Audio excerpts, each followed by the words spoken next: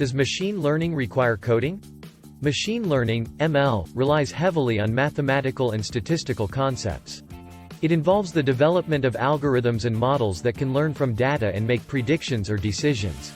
Therefore, a basic understanding of mathematics and statistics is important for ML, as well as some knowledge of the underlying concepts and theory. However, to implement these algorithms and models in practice, coding is required. There are several programming languages and libraries that are commonly used in machine learning such as Python, R, Java, C++, and more.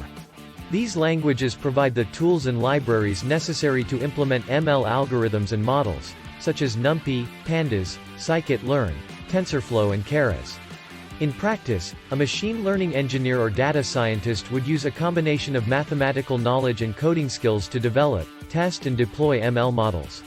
With the rise of high-level libraries and frameworks, it is becoming easier to implement ML models even for those who are not experts in coding.